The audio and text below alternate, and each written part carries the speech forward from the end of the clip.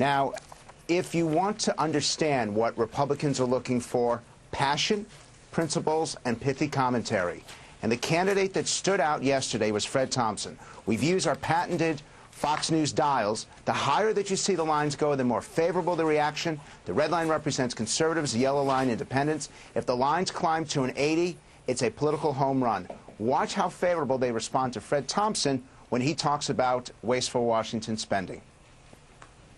One of the things I would do for his generation is protect him from our generation.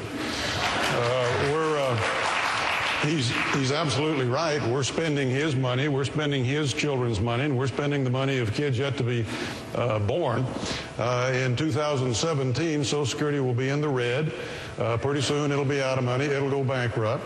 In fact, our entitlement programs put together will take over the entire budget by about 2040. Thompson had several points during that debate where he really grabbed the audience's attention. But what I know your viewers want to see is the conflict. And one of the toughest conflicts was Mitt Romney versus John McCain over the issue of whether it's torture or interrogation. The topic was waterboarding, and watch how the lines go back and forth as McCain and Romney go at each other. I don't believe it's appropriate for me as a presidential candidate to lay out all of the issues one by one, get questioned one by one. Is this torture? Is that torture? Senator and McCain, so that's something which I'm going to take your and other people's counsel on. Senator McCain, 30 seconds to respond. Well, then you would have to advocate that we withdraw from the Geneva Conventions, which were for the treatment of people who are held prisoner, whether they be illegal combatants or regular prisoners of war, because it's clearly the definition of torture. It's in violation of laws we have passed. Now, before I tell you how the voters responded, let's use their sound, what their words were in reaction to that conflict, because I got to tell you something. Republicans are very clear that they do not agree with John McCain, and they do agree with Mitt Romney. Let's listen to that focus group sound.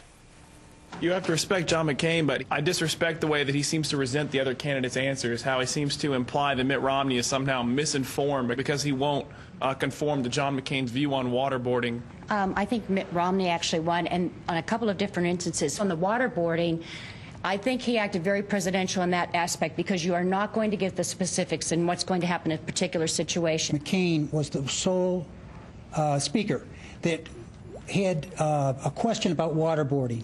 And I don't have any problem with pouring water on the face of a man that planned the murder of 3,000 Americans on September 11th.